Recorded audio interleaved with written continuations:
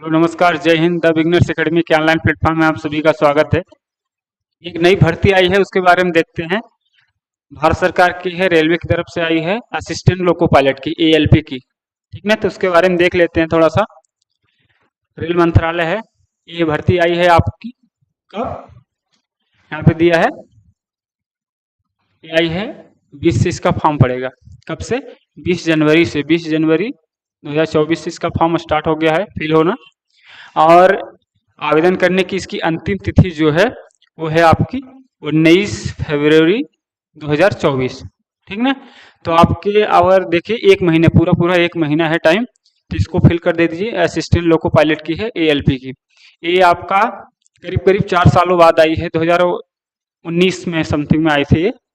तो इसको हम लोग ध्यान से देख लेंगे और फॉर्म इसका फिल कर देंगे। और इसके जो संशोधन की तिथि है वो है आपका 20 तारीख, मतलब 20 फरवरी से आपका 29 फरवरी तक।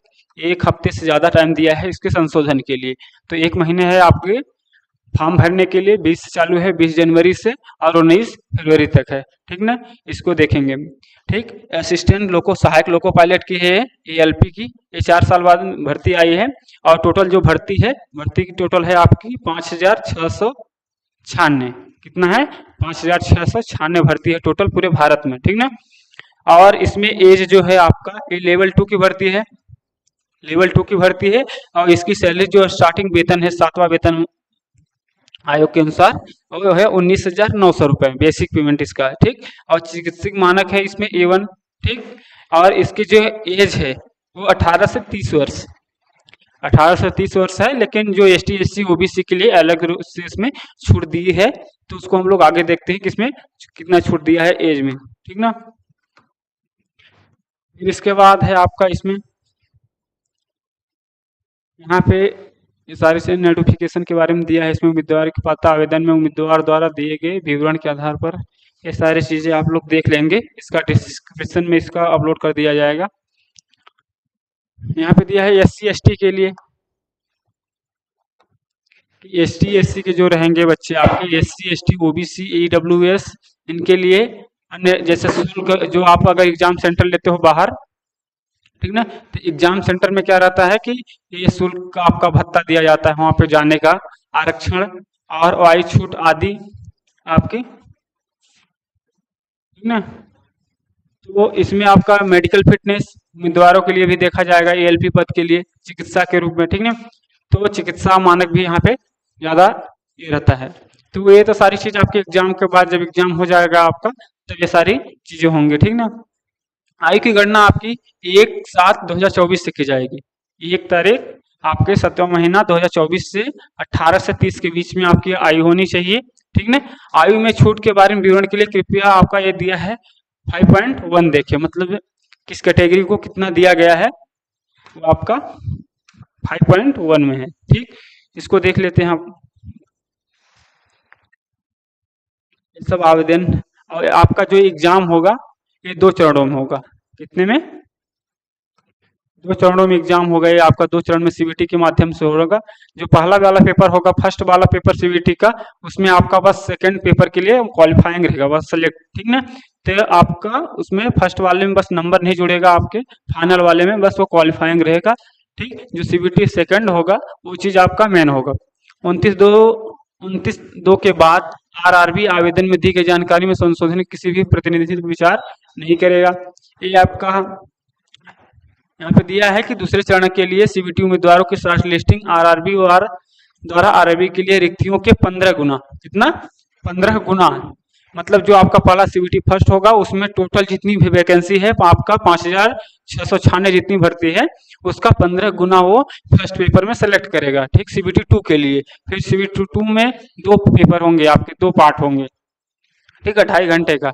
तो आपका उसमें से एक तो पेपर जो होगा, फर्स्ट वाला पेपर, वो आपका कितना होगा? 90 मिनट का होगा। ठीक, तो उसमें मेन क्वालिफाइंग रहेगा वही वाला पेपर आपका। सीबीटी 2 के लिए शॉर्ट लिस्ट के उम्मीदवार को आधिकारिक आरआरबी वेबसाइट के साथ दिया जाएगा।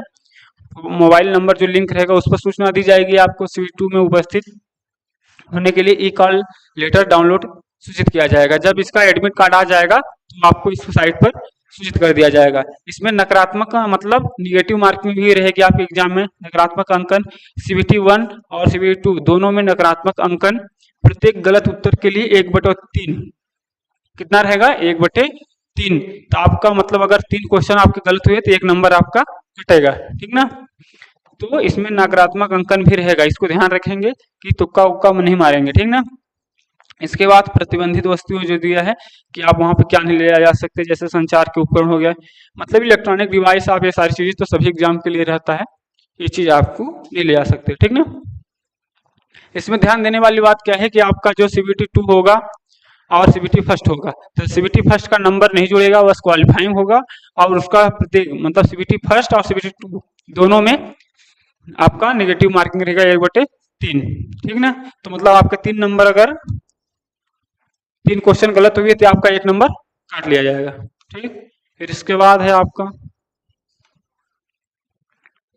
यहाँ पे भर्ती प्रक्रिया के आपके सामान्य निर्देशन दिया है, इसमें आपकी भर्ती प्रक्रिया से रिलेटेड सारी चीजें देख लीजिएगा, बहुत सारा आपका 15-20 पन्ने का है।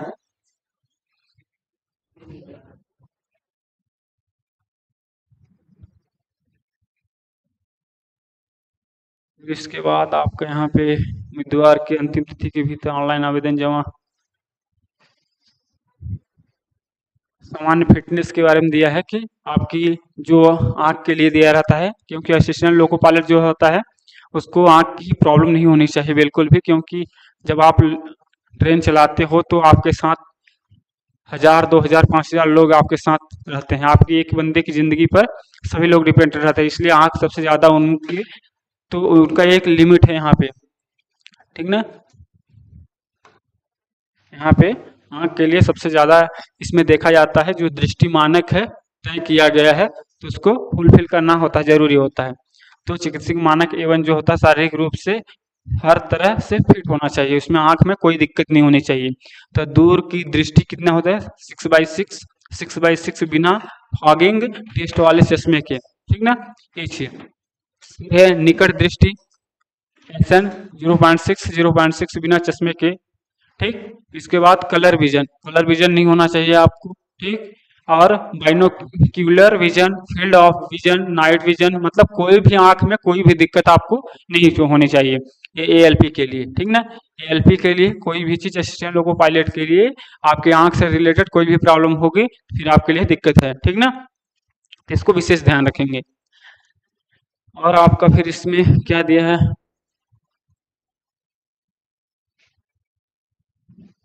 इंडियन रेलवे का साइट दिया है, इंडियन रेलवे, ठीक ना, .gov.in। इसके बाद है इसका अगला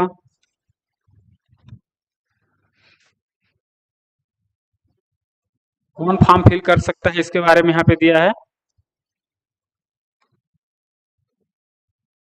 यहाँ पे दिया है कि राष्ट्रीय नागरिकता एक उम्मीदवार को क्या होनी चाहिए, तो ये सारे एग्जाम भारत का नागरिक हो, नेपाल का नागरिक हो, नेपाल के लिए भी है, नेपाल का अगर कोई बंदा है तो भी फॉर्म भर सकता है।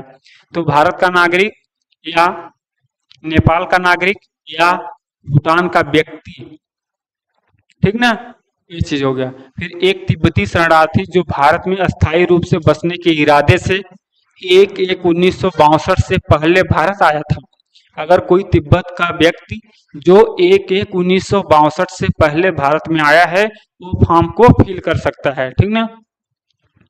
अगर भारतीय मूल का व्यक्ति जो भारत में स्थायी रूप से बसने के इरादे से, ठीक ना, भारतीय मूल का व्यक्ति जो भारत में स्थायी रूप से बसने के इरादे से पाकिस्तान, बर्मा यानी म्यांमार, ठीक, श्रीलंका, पूर्वी अफ्रीका देशों केन्या, युगांडा और आपका संयुक्त गणराज्य, Tanzania, Zambia, Malawi, जायरे, Ethiopia, Vietnam से आया हो, ठीक, जो व्यक्ति भारत में रहने के उद्देश्य से इन देशों से आपके बर्मा, श्रीलंका यहाँ से आया हो, तो बशर्ते इसके लिए आपके जो ये है उधर व्यक्ति होगा जिसके पक्ष में भारत सरकार द्वारा पात्रता प्रमाण पत्र जारी किया गया हो और भारत सरकार उसको प्रमाण पत्र जारी की हो कि ये बंदा भारत में रहने के लिए आया है, ठीक। वो फॉर्म फिल कर सकता है। जिस उम्मीदवार के मामले में पात्रता का प्रमाण पत्र आवश्यक है उसे अनंतिम रूप से परीक्षा में शामिल किया जा सकता है। हालांकि भारत सरकार द्वारा जारी प्रमाण पत्र दस्तावेज सत्यापन के दौरान प्रस्तुत करना होगा। उसको भारत सरकार द्वारा जो भी उसको प्रमाण पत्र दिए गए हैं तो उसको आरआरबी के समक्ष प्रस्तुत करना पड़ेगा फाइनल दस्तावेज के रूप में। ठीक, आयु सीमा इसको पहले बता दिए, 1/7/2024 को 18 से 30 वर्ष की उम्र होनी चाहिए। ठीक, फिर इसके बाद है आपका आगे है, इसके आगे ये आयु में छूट के बारे में दिया है। इसमें जो आयु में छूट के बारे में दिया है, इसमें समुदाय हो गया आपका एसटी और एससी के लिए, एससी और एसटी के लिए 5 साल की छूट।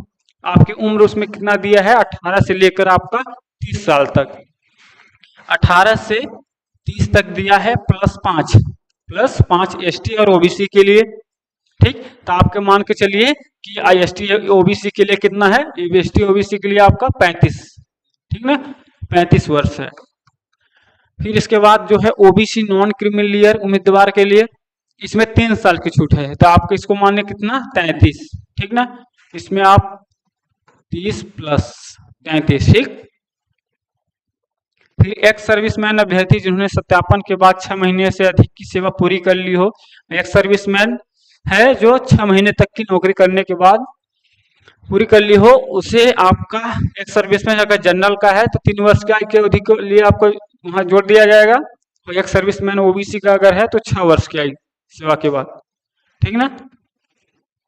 फिर वे अभ्यर्थी जो रेलवे में ग्रुप सी और ग्रुप डी रेलवे स्टाफ में न्यूनतम 3 साल की सेवा के साथ साथ निरंतर या अलग अलग समय में न्यूनतम 3 साल की सेवा के साथ है, तो उन्हें जनरल में आपके 40 साल की उम्र तक फॉर्म फिल कर सकते हैं। जो व्यक्ति रेलवे के ग्रुप सी और डी में जॉब कर रहे हैं, ठीक, तो वो आपका जनरल का अगर बंदा हो ईडब्ल्यूएस का, वो 40 साल की उम्र तक फॉर्म फिल कर सकता है। ओबीसी का हो 43 साल तक उसके लिए, और एसटी एससी का हो तो 45 साल तक के लिए। तो ये आप देख लेंगे कि जो रेलवे के जो अभी एम्प्लॉय हैं ग्रुप डी या सी में, वो असिस्टेंट लोको पायलट की उम्र की उनकी है आपका 40 साल तक है जनरल की और ईडब्ल्यूएस की, और आपका ओबीसी का 43 साल और एसटी एससी का 45 साल, ठीक ना। तो इसको देख लेंगे ध्यान से, वो भी फॉर्म फिल कर सकते हैं, उनके लिए बेटर मौका है। फिर ये बहुत सारा दिया है कि आप महिला उम्मीदवार जो विधवा हैं, तलाकशुदा हैं, उनके लिए स्पेशल दिया है कि वो 35 साल की उम्र तक उनको छूट दी जाएगी। सबके लिए अलग अलग कैटेगरी है, ओबीसी के लिए 38 है, एसटी एससी के लिए 40, ठीक। जन्म तिथि का दिया है, इसका अपन ने देख लिया कि उसमें एज का मोटा मोटा।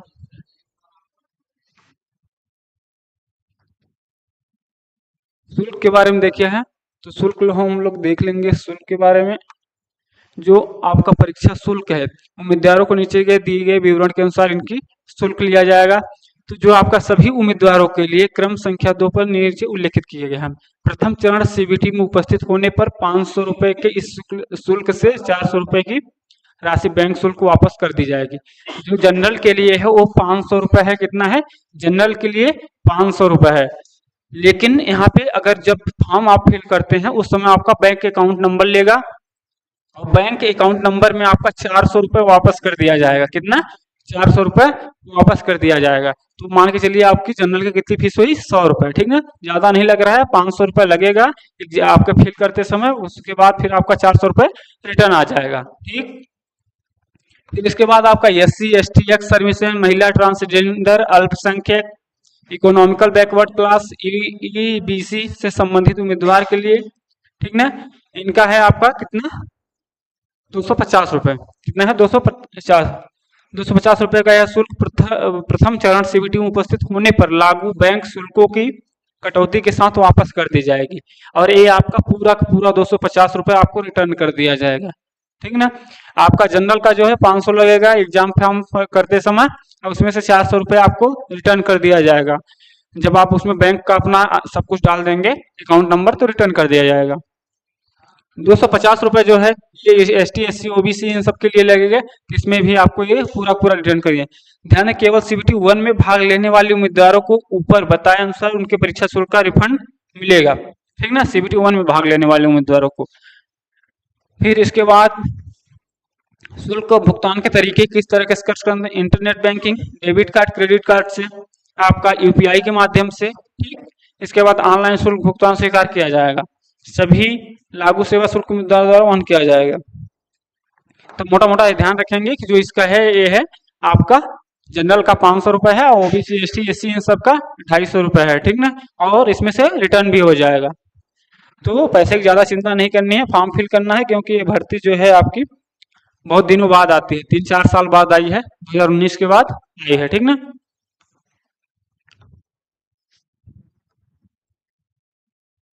इसमें क्या है फिर आपका बीपीएल कार्ड के लिए हर के लिए अलग अलग है, जो गरीबी रेखा से नीचे जीवन यापन करते हैं उनके लिए अलग से कुछ है कि आपका बीपीएल कार्ड या किसी मान्यता प्राप्त गरीबी उन्मूलन कार्यक्रम के तहत केंद्र सरकार द्वारा जारी कोई अन्य प्रमाण पत्र अथवा, ठीक ना, आपका इज्जत में एमएसटी रेलवे द्वारा जारी सभी रियायती शुल्क दिया जाएगा यहाँ पे, अन्यथा उनकी उम्मीदवारी अस्वीकार कर दी जाएगी। ये सारी चीजें आप देख लेंगे, बहुत बड़ा पीडीएफ है, इतना बड़ा।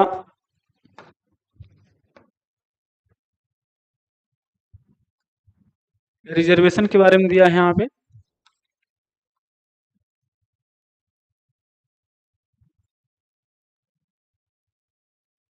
ईडब्ल्यूएस के बारे में दिया है यहाँ पे। ईडब्ल्यूएस का क्या है कि यहाँ पे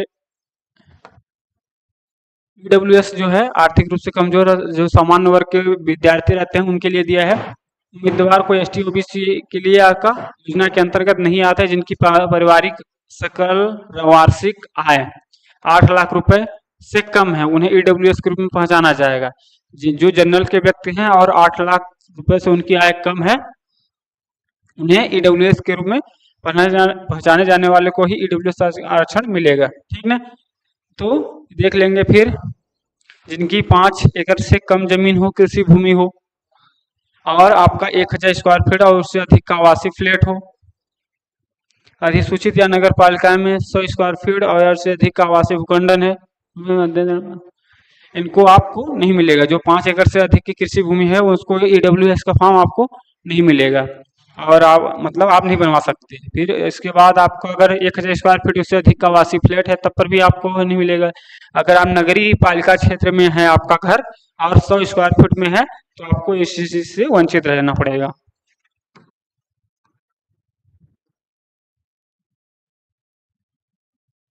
ये सारा चीज देख लेंगे आप भूतपूर्व सैनिकों के लिए।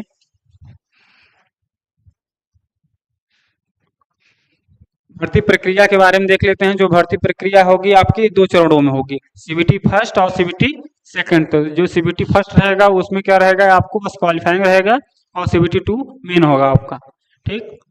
तो जो ये आपकी भर्ती प्रक्रिया है, उम्मीदवार इसमें आरआरबी के लिए आवेदन कर सकता और केवल एक ही आवेदन जमा करेगा। प्रथम चरण सीबीटी फर्स्ट होगा और द्वितीय चरण सीबीटी 2 कंप्यूटर आधारित योग्यता परीक्षण सीबीटी के माध्यम से होता है। दस्तावेज सत्यापन होगा, फिर डीबी होगा, ठीक।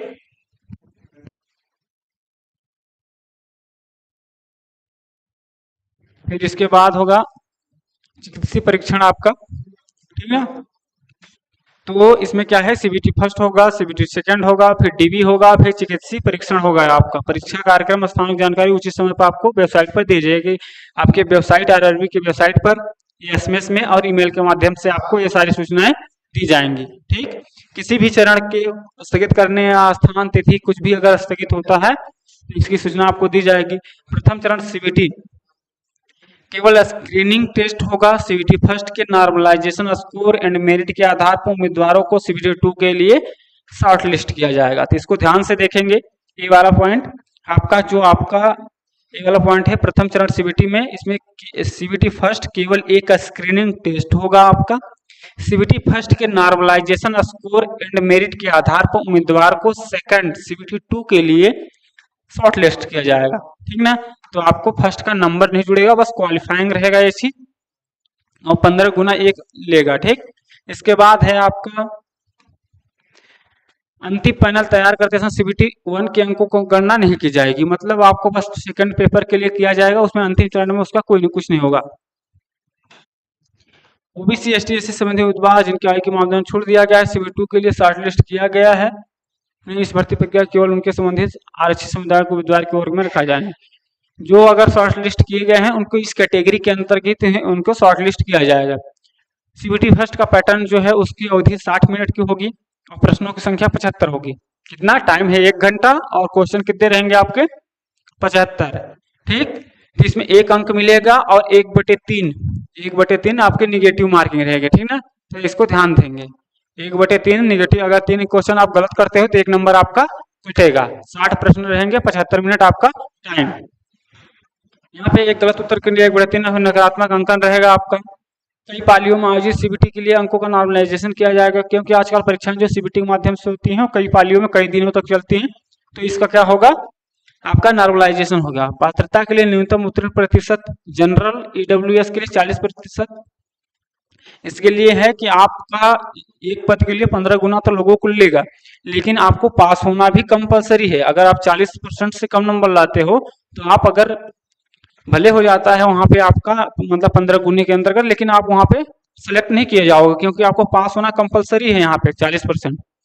और ओबीसी के लिए 30%, SC और ST के लिए 25% है। ठीक ना। CBT फर्स्ट के लिए यहाँ पे दिया है आपकी, इसकी जो है यहाँ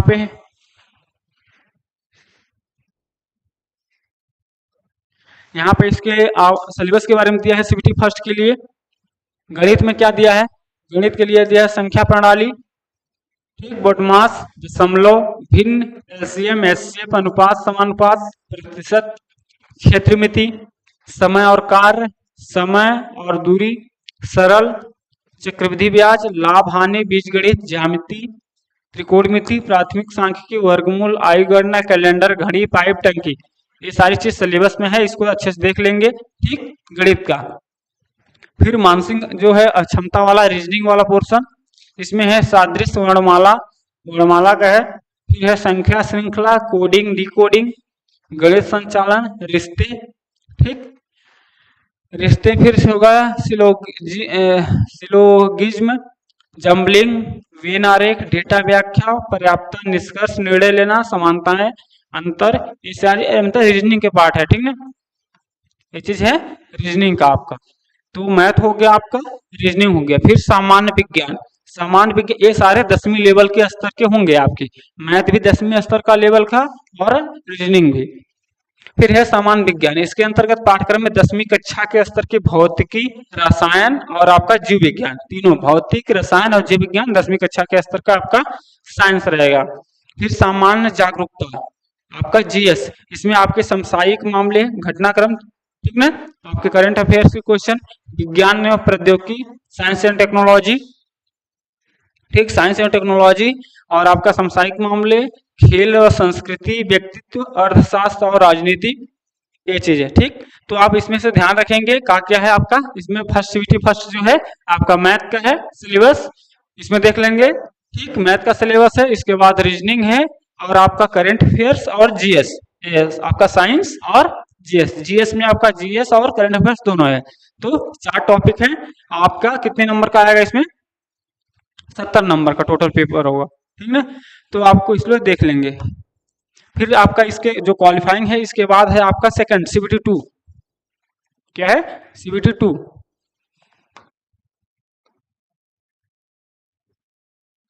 CBT 2 जो है द्वितीय चरण, इसे CBT 2 के लिए शॉर्ट लिस्ट फर्स्ट से किए जाएंगे। इन सब में यहाँ पे 15 गुना लोगों को सेलेक्ट किया जाएगा। कितना?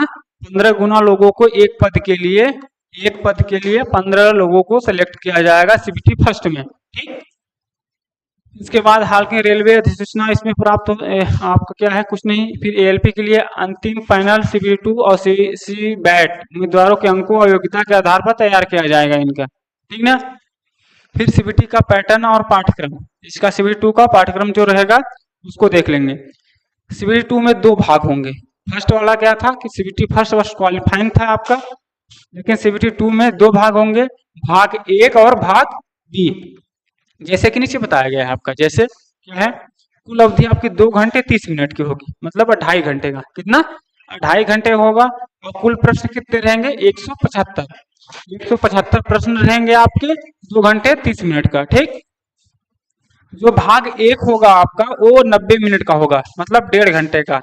1.5 घंटे का भाग ए होगा और उसमें कितने मिनट रहे आपके क्वेश्चन रहेंगे? 100 प्रश्न रहेंगे, 1.5 घंटे का आपका रहेगा। ठीक है, फिर आपका जो आप कितना हुआ, आप 90 मिनट हो गया, टोटल 2.5 घंटे हैं आपके, 1.5 घंटे तो हो गए। फिर 1 घंटे में आपके कितने 75 प्रश्न रहेंगे, ये भाग बी। ठीक, भाग एक में आपका कितना हुआ, ये हो गया भाग ए, और ए भाग बी। ठीक ना, तो भाग एक इसमें 1 घंटा, 1 घंटा आपका 1.5 घंटे का टाइम रहेगा, 100 प्रश्न रहेंगे। और भाग दो में आपका कितना रहेगा, 1 घंटे में 75 प्रश्न। तो जो फर्स्ट वाला भाग रहेगा ए वाला, ए आपका मेन है, इसी में आपका सिलेक्शन होने वाला है। किसमें? जिसमें 1 घंटे का टाइम, 1.5 घंटे का टाइम रहेगा, 1 घंटा 30 मिनट, और आपके 100 प्रश्न रहेंगे इसमें से। और जो भाग बी रहेगा ये बस आपका पासिंग नंबर रहेगा, इसमें पास होना आपको जरूरी है। ठीक है, और कैटेगरी वाइज पास होने का है 40%, जनरल के लिए 40% है। ठीक ना, और ओबीसी इन सब के लिए आपका 30% रहेगा। ठीक है, आपका मेन जो आपका सिलेक्शन कराएगा ये वाला कराएगा, 1.5 घंटे में आपको 100 प्रश्न हल करने होंगे। और भाग एक जो सेकंड सीबीटी होगा उसमें भाग 2 रहेंगे, भाग ए और भाग बी, टोटल 2.5 घंटे का होगा आपका, और 175 नंबर के होंगे। भाग ए जो रहेगा आपका 1.5 घंटे का आपका टाइमिंग रहेगा, और टोटल 100 प्रश्न रहेंगे। भाग ए इसमें आपको सिलेक्शन, इसी में मेरिट बनेगी। जो भाग 2 रहेगा ए, इसमें पासिंग नंबर आपको कंपलसरी है और 75 नंबर का होगा। ठीक, और निगेटिव मार्किंग सब में है, 1/3 निगेटिव मार्किंग सभी में है। ठीक ना, तो आप इसी तरह देख लेंगे इसका जो सिलेबस है नीचे यहाँ पे है। ये जो भाग बी का है इसमें आपका 60 मिनट में 75 प्रश्न, निगेटिव मार्किंग रहेगी इन सब का। ठीक, ये सब उसी का दिया हुआ है, इसमें पास होना जरूरी है आपका 35% बी वाले में, और फर्स्ट वाले में आपकी मेरिट बनेगी। भाग एक के लिए जो पाठ्यक्रम है वो देख लेंगे, गणित है, गणित में वही सारी चीजें हैं आपकी जो पहले वाले में थी पूरा ये। ठीक, फिर इसके बाद सामान्य आपका रीजनिंग वाला हो गया, सेम चीजें वही हैं। फिर इसके बाद आपका सी नंबर क्या है आपका, विज्ञान का, ये हो गया विज्ञान बुनियादी इंजीनियरिंग। इसमें थोड़ा सा इसमें बढ़ा है आपका, जो मैथ का थोड़ा सा था और रीजनिंग का वो पहले जैसा था, लेकिन इसमें क्या है आपका विज्ञान इंजीनियरिंग में ऊर्जा गति वेग, इसमें जो आपका आईटीआई मांगा है, इसमें आईटीआई डिप्लोमा और बीटेक उसको जोड़ा है। तो ये वाला पोर्शन आपको ज्यादा ध्यान देना पड़ेगा आईएमपी। ठीक ना, यहीं से आपको नंबर में दिक्कत होगी लाने में, कहा कि मैथ और रीजनिंग उस फर्स्ट वाले सीबीटी में था और सेकंड वाले में भी है, लेकिन जो ए वाला विज्ञान और इंजीनियरिंग का है ये आपके जो है आपने कोर्स जो किया है ग्रेजुएशन में, या तो आईटीआई जो किया है, जैसे डिप्लोमा किया है, उससे रिलेटेड है। ठीक ना, तो इसको देखेंगे, यहीं से मेन आपका नंबर बढ़ेगा या घटेगा कोई भी, तो इस चीज पर ज्यादा ध्यान देना आपको। तो आपको फर्स्ट वाले पेपर में जो भाग एक है, भाग एक में है मैथ आपका, रीजनिंग और आपका बुनियादी विज्ञान व इंजीनियरिंग। ठीक, तो ये 3 टॉपिक हैं आपके, कितने भाग ए में आपके टोटल कितने टॉपिक हैं, 3 टॉपिक। ठीक ना, टोटल 3 टॉपिक हैं। भाग बी में इसका देख लेंगे, भाग सीबीटी 2 का भाग बी क्वालिफाइंग टेस्ट होगा। ठीक ना, उम्मीदवार की योग्यता क्या है, इलेक्ट्रिकल इंजीनियर और इलेक्ट्रिकल इंजीनियरिंग की विभिन्न धाराओं का संयोजन।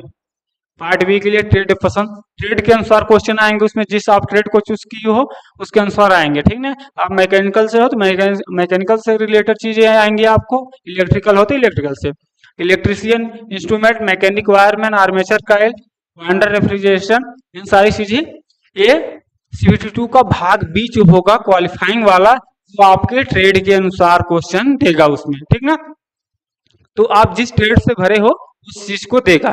तो आपका जो मेन सिलेक्शन कराने वाला है वो सीबीटी 2 का भाग 1 कराने वाला है, जिसमें 1.5 घंटे में आपको 100 क्वेश्चन करने होंगे। ठीक ना, तो भाग 1 सीबीटी 2 का, ठीक ना, सीबीटी 2 का भाग ये वाला मेन है आपका, जो सिलेक्शन होगा इसी के आधार पर होगा। ठीक ना, तो इसमें क्या है आपके टोटल 1.5 घंटे में कितने, 1.5 घंटे में आपको 100 प्रश्न करने होंगे, 100। ठीक ना, 100 प्रश्न करने होंगे। इसी में से आपका इसमें 3 ठो सिलेबस में क्या है, 3 है। ठीक, क्या है, मैथ आपका, मैथ है, रीजनिंग है, ठीक, और आपका जो आप सब्जेक्ट जो साइंस वाला पार्ट है वो चीज रहेगा। ठीक, फिर इसके बाद यही सारी चीजें दिया हैं कि आपको क्या क्या ले सकते हैं। कंप्यूटर आधारित योग्यता CBT 2 होगा, ये तो सब लोग आप देखते ही हैं। दस्तावेज सत्यापन DV, इसके बाद जब पेपर होगा फिर इसके बाद आपका क्या होगा, DV ना, डॉक्यूमेंट वेरिफिकेशन। डॉक्यूमेंट वेरिफिकेशन जब आप एग्जाम क्वालिफाई कर लेंगे, ठीक, उसके बाद ये सारी चीजें होंगी। डॉक्यूमेंट वेरिफिकेशन होगा, फिर मेडिकल टेस्ट होगा आपका। ठीक, तो इन सबको ऑनलाइन सब आपका जमा होगा यहाँ पे। यहाँ पे जोन दे दिया है आपका, कौन सा भाग लेने वाले RCC की वेबसाइटें हैं सारी जोन की। यहाँ पे अहमदाबाद, ये सारा, अजमेर, बेंगलोर, भोपाल, ये हर RRB की वेबसाइट है। यहाँ पे हर आपका जिस RRB से हो आप, उस RRB में आपका रिजल्ट घोषित होगा, वहां से आप देख सकते हो। ठीक, आवेदन जमा करने की समान निर्देश, ये सब वहाँ पे रूल दिए हैं आपके फॉर्म भरने के। तो फॉर्म आप फिल कर देंगे, ठीक है। फॉर्म चालू हो गया है, आप इसको फॉर्म भर सकते हैं। ठीक,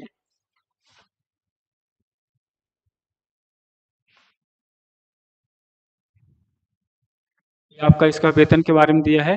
इसमें क्या क्या है, इसकी जो योग्यता है, योग्यता के बारे में देख लीजिए। पद का नाम क्या है, loco pilot, assistant loco pilot.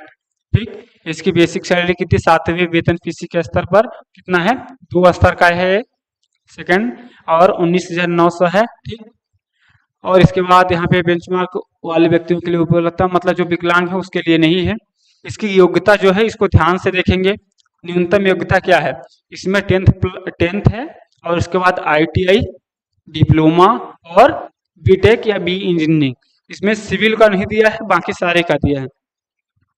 इसमें क्या होगा, NCVT या SCVT से आपको ITI होना चाहिए। ठीक है, इसके बाद संस्था ITI fitter, electrician, instrument mechanic, ये सारी चीजें, mechanical engineer, wireman, tractor mechanic, मतलब सिविल भर के छोड़ के, सिविल से अगर कोई भी ITI या तो डिप्लोमा या तो BTech किया है तो इस फॉर्म को फिल नहीं कर सकता है।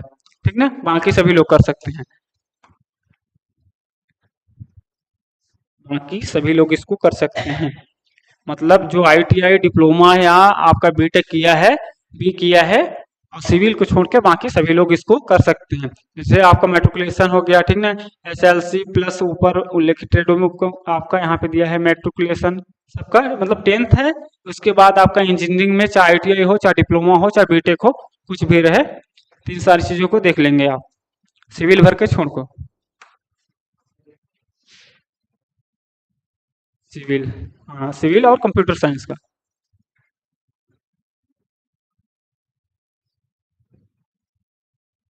इसके बाद है ये आपकी है भर्तियां, ठीक ना, इसको आप लोग देख लेंगे किस जोन में कितनी भर्ती हैं। तो जो है आपकी यहाँ पे अहमदाबाद में कितनी भर्ती है, जनरल में है 95, SC में है 37। कितना है, जनरल में कितना है 95, और SC में 37, ST में है 17, और आपका OBC में 65, EWS 24, टोटल है 238। तो आपकी कितनी है, अहमदाबाद जोन में कितनी है, 238। ठीक, इसके बाद अजमेर में कितनी है आपकी, 228, प्रयागराज में 241, और आपका बेंगलोर, प्रयागराज में आपकी कितना है, प्रयागराज यहाँ पे, हाँ प्रयागराज, अच्छा 2 ठो प्रयागराज में 2 सेंटर हैं आपके, NCR और NR। NR में आपके कितने हैं, 45। ठीक, तो इसमें से देख लेंगे आपका सबका। फिर बेंगलोर, भोपाल हो गया, भोपाल में है 229, बेंगलोर में है आपका 473, फिर भुवनेश्वर हो गया आपका। तो सबसे ज्यादा जो है आपकी यहाँ पे बिलासपुर में आपका कितना है, 1192। ठीक ना, तो 1192 ये जोन देख लेंगे आप, अच्छा खासा इसमें वैकेंसी है। कहाँ पे, आपका बिलासपुर जोन में। ठीक ना, तो बिलासपुर जोन में अच्छा खासा भर्ती है, इसको देख लेंगे। इसके बाद है आपका यहाँ पे 473 बेंगलोर वाले में, इसमें भी अच्छा है। फिर आपका इधर अहमदाबाद, प्रयागराज, इलाहाबाद, इन सब में अच्छी भर्ती है।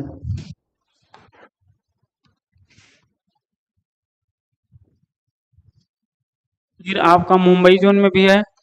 ठीक, तो टोटल भर्ती कितनी है आपकी इसमें? टोटल भर्ती है वो आपका 5,000 नहीं, 5,696, 5,696 भर्ती है असिस्टेंट लोको पायलट की। तो आप लोग अच्छे से देख लेंगे इसको और फॉर्म फिल कर देंगे। फॉर्म फिल चालू हो गया है 20 तारीख से, और आपका अगले 19 फरवरी तक फॉर्म फिल होगा, यानी 1 महीने का पूरा टाइम है। अच्छे से तैयारी करिए इसमें, और द बिगनर्स एकेडमी के साथ जुड़े रहिए। द बिगनर्स एकेडमी आपको मैथ, रीजनिंग और जो सामान्य ज्ञान, इन सब की तैयारी कराएगी। तो आप द बिगनर्स एकेडमी के चैनल को सब्सक्राइब कीजिए और अपनी तैयारी को अच्छे से कंप्लीट करिए। ठीक ना, फॉर्म फिल कर दीजिए, 1 महीने का टाइम है। तो इसमें जो आपके मेन सिलेबस में है, मेन है आपका क्या? मैथ, मैथ है, रीजनिंग है, रीजनिंग है आपका, एक तो जीएस है, जीएस और करंट। ठीक ना, जीएस और करंट है। तो मेन चीजें हैं आपकी मैथ और रीजनिंग, और इसके बाद जीएस और करंट। ठीक ना, तो द बिगनर्स एकेडमी के साथ जुड़िए और मैथ और रीजनिंग, जीएस, सारी चीजें आप कंप्लीट करिए। ठीक ना, एग्जाम भी इसका जल्दी ही होगा, तो मार्च अप्रैल समथिंग में इसका एग्जाम भी होगा। एग्जाम के बारे में अभी कोई नोटिफिकेशन नहीं आया है। ठीक ना, तो आप अपनी तैयारी पूरी रखेंगे। ठीक है, तो इसी तरह से आप अपना फॉर्म फिल करिए और तैयारी करिए। ठीक, और चैनल को सब्सक्राइब कीजिए द बिगनर्स एकेडमी। धन्यवाद।